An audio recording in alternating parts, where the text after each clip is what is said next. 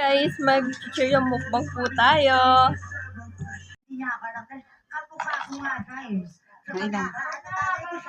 Five.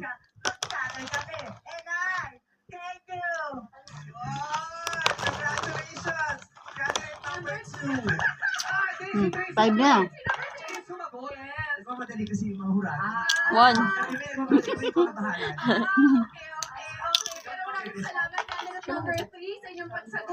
Five. Asim na ito eh. Asim na nito. Bago na. Five.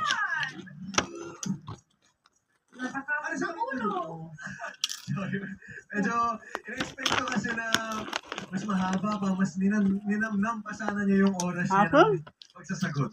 And nabigla lang ako na biglang naging one-liner, naging two-liner. Guys, mag-cheer yung mukbang po tayo.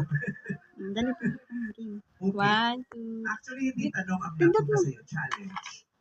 Paano? Oh, Number six. three. Ikaw. Please sing the song. Bilang kang six. Alam mo ba yan? Baba Black Sheep. Six na yan. Wow! Wow! Ilan sa akin? Three. Ha? Three. Paano ito?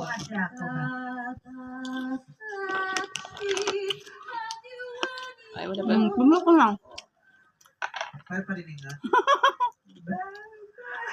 Five. Pwede na lang natin. Huwag na yung mahirap para sa'yo. Ito na lang. Candidate number 3. Ito na yung totoong tanong mo. Matutuwa ba ang tatay mo kapag sinabing siya ang kamukha mo? Bumulok mo ulit. Matutuwa yun o tigre o kung ano pa. Hindi.